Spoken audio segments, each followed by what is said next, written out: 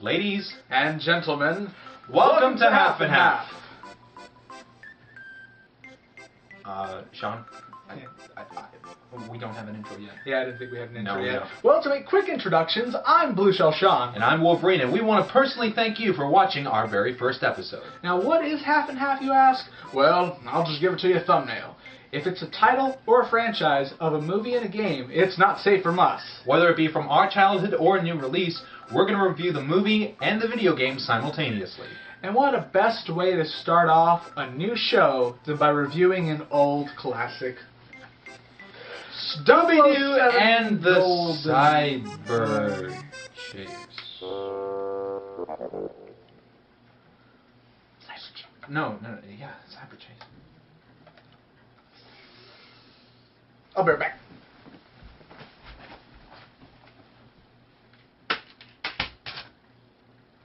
Well, I'm gonna go review this frickin' movie. Alright, well, while my brother tries to prepare a script at the last minute, let's dive right into Scooby-Doo and the Cyber Chase, the movie.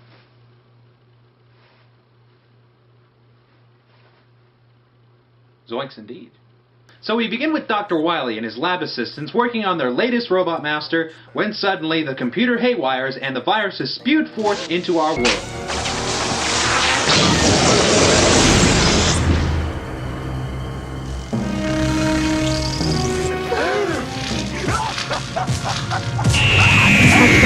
Okay, that doesn't happen, but trust me, you'll wish it did.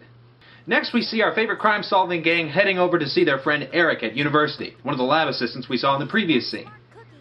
You know, isn't it kind of a coincidence that Mystery Inc. is now coming into town just as a rabid monster computer virus is on the loose? But hey, this is the Scooby-Doo canon. I mean, we're already forced into believing that an anthropomorphic dog is traveling with his never-aging masters in a green van across the country to solve out-of-the-ordinary mysteries. That's fantastic.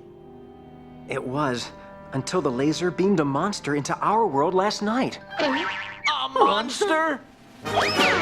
So, in order to combat the monster, the team decides to, what else? Split up. Hey, you guys, I didn't see how we were gonna split up.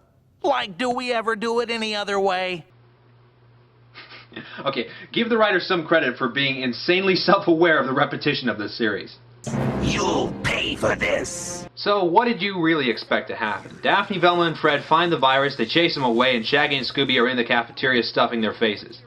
Oh no, I hope they don't cross paths. Oh, hello, Mr. Phantom.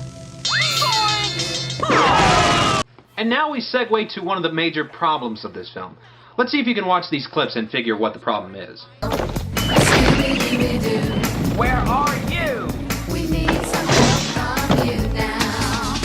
Come on, Scooby-Doo, I see you. Pretend we got a sliver. You're not gonna need. Yeah, for a dangerous real-life living virus, he seems just as gullible as any other stupid Scooby-Doo villain.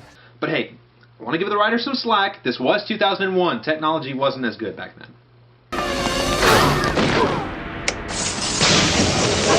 So our villain sends the mystery gang to the video game world through the laser, and the first level is on the moon.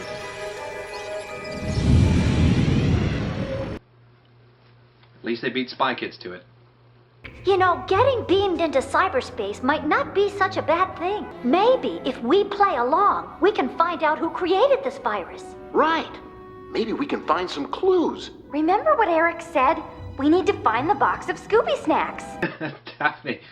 Velma speaking Daphne's voice. Yeah, this virus is affecting this movie more ways than one. Better watch out, this thing's contagious. So, in this game based around Mystery Incorporated, the main objective is to get the box of Scooby Snacks at the end of each level, and you'll advance to the next stage. The next level is at the Roman Colosseum. Wow, I wasn't expecting that. I was expecting the train robbery level on the next stage. They get their Scooby Snacks, and the next part of the game is in a dinosaur area.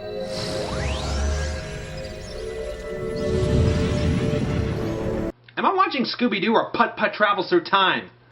The virus is once again on their tails and totally wastes a live virtual T-Rex that could have killed them all in one fell swoop. Unfortunately.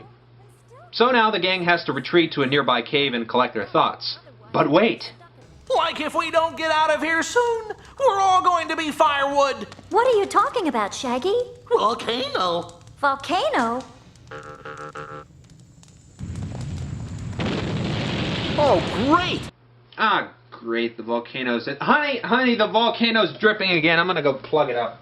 So, seeing as how they have to travel to the volcano to get the next box of Scooby Snacks, and no volcanic ash or molten lava hits any of our main characters, we're then transported to levels 4 through 9, via a horribly long montage with a soundtrack that could only come from the early 2000s.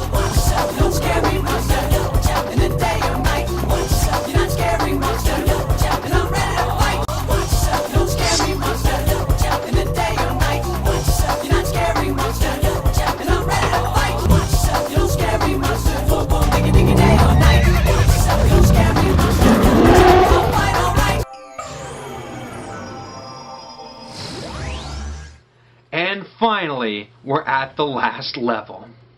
Ugh. I could really use a half day right now. A half and half day. Excuse us, ma'am. We were wondering. Surprise! The virus! Welcome to the final level. You're in the major leagues now. So they find the virus in Homeless Drag. Weird. And the gang tries to hide when they suddenly run into... themselves? Zoinks! You're me! And like, you're me! And what purpose does this serve again? I mean, obviously this is a game about Scooby-Doo and the gang, but was this completely necessary? I mean, do we really have to have 2 Mystery Inks? Might as well bring back some of the old villains from the 60s television series.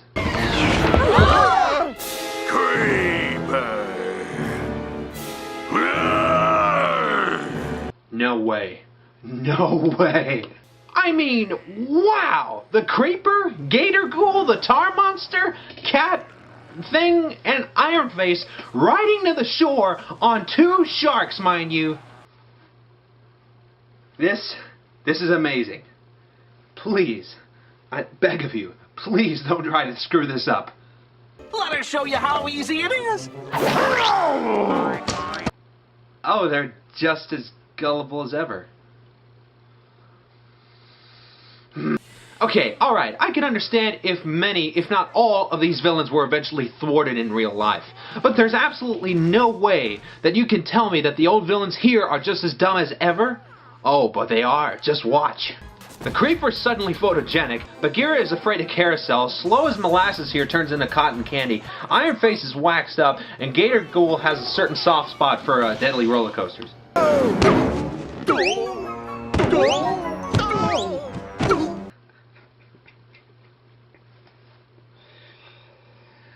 Sublime voice acting brought to you by the one and only Frank Welker.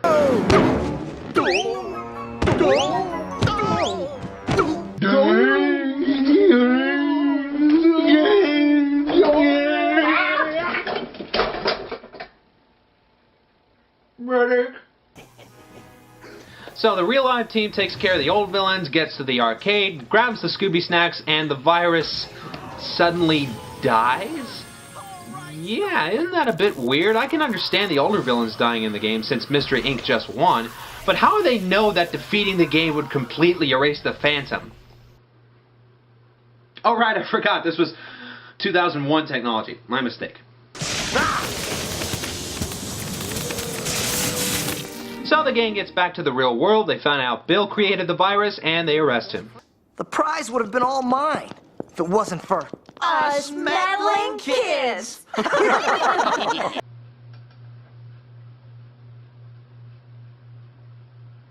I give up.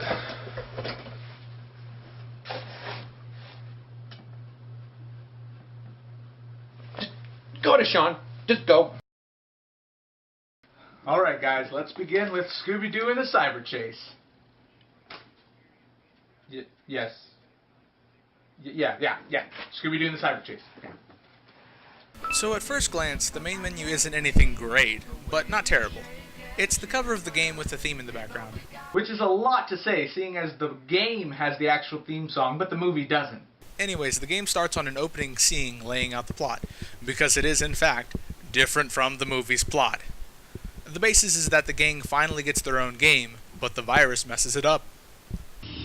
Well, virus. Like that's it. That scary thing told Scoob and me that it was spreading a virus all over our game. Let me see that, Velma. Seems like it's working again. There's a message in your inbox, Velma. This opening is, well, unsettling and awkward in a sense, almost to a comedic sense. It has multiple lines that are cut. But how are we going to capture the phantom virus, Fred? Here, take this with you. We can use it to talk to one another. You guys can start there. I'll try to get the other doors to open. And to top it off, just tell me if you can find what's just weird about this scene. We can't do this without your help. Like, sure you can. Would you do it for a Scooby snack? No way. No way. Would you do it for 2 Scooby snacks?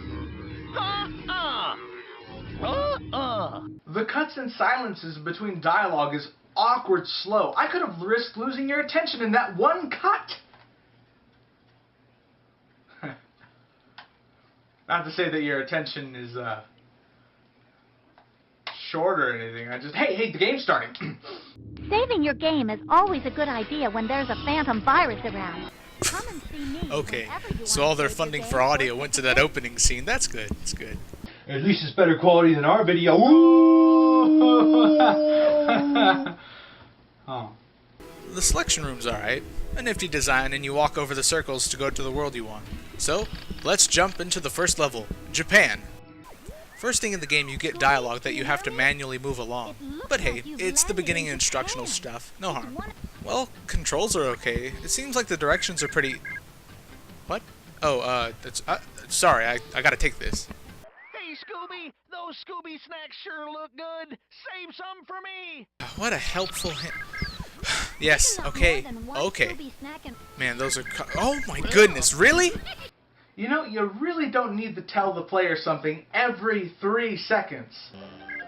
Nope, not answering. Nope, can't hear you. If I didn't answer you the first few times, what makes you think I'm... Huh. Strange. Let's try that again. Maybe I was too far out. Nope, I can't make that jump. Jumps like these Wait. can be a little harder, Scoob. They may require some extra effort. Oh, so anything I need to learn is going to come from these calls. That'll give you the extra Fantastic. So through 10,000 hints, you find out that the pies you collect are actually your weapon, which you use to... Oh, jeez, I'm crap. That pastry delight just decimated that guard. Hey, if pies can do that to you, I wonder what Nutella does to your system, eh? Besides learning the ropes of the game, the first level is average, and all the enemies can be hit at an extremely far range. Some aren't even trying, like this tough cookie here. He probably took his self-defense classes online. Alright, level almost over. Just some goofy loof. Oh, good Lord in heaven!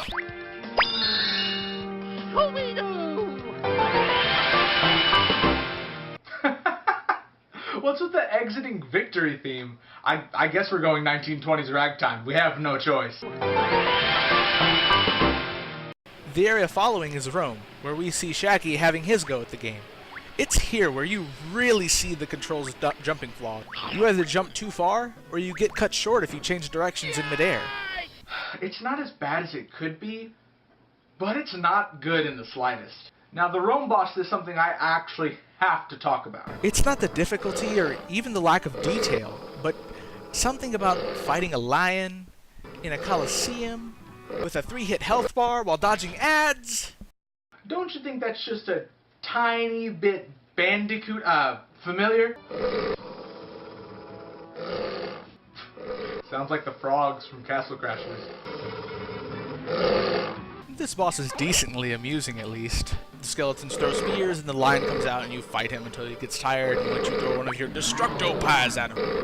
Ha! Showed you, son! That boss was mildly difficult, but I guess in terms of... Doggone it! Who does that? What? Okay, so I beat him again, and we move on to the Arctic area. Not much to these areas, except, surprise, surprise, some parts are slippery. Oh, and it has a bobsled level!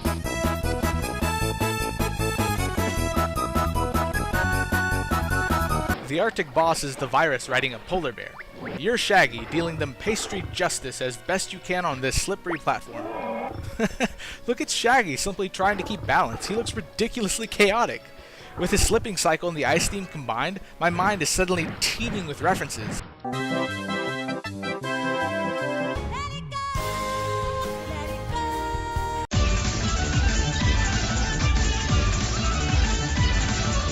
The next set of levels on our tedious agenda are the dino levels.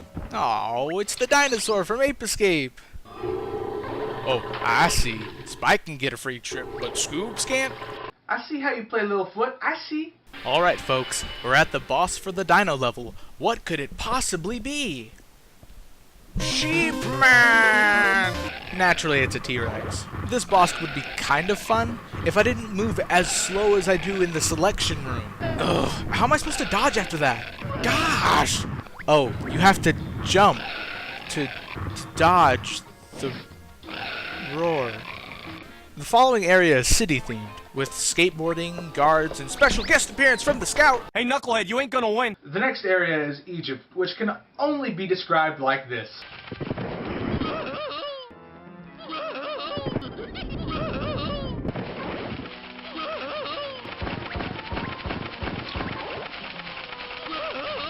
The cycle of life and death continues. We will live. Scooby will die. The final levels are in a park, in which the only things to really bring to light are these trollopolds. God. Come on! Now we reach the final boss, in which the virus is attempting to enter the Matrix. Maybe he did enter the Matrix and acquire agent-like powers, cause this boss is ridiculous. Not in a sense that it's challenging, but in a sense that it's impossible. Like all the boss fights, you move molasses slow. Except in this case, the Phantom Virus is wrecking shop on you at quickman speed. I finally beat him, but I still really don't know how. There isn't really any strategy involved when you're moving at pathetic miles an hour. And, in good taste, there's a closing scene to set us on our way. You may have beaten my monsters, but this game is not over. Oh, jeez. That's what you think, Phantom Virus. Start bringing them down. Start bringing them down. You got them. Don't cross the screen. The virus is defeated, we get our obligatory group laugh at the end, and the game's over. So there's the game, and overall... Hey! What about me? Can I get my share in my opinion? Oh yeah, please. Come in.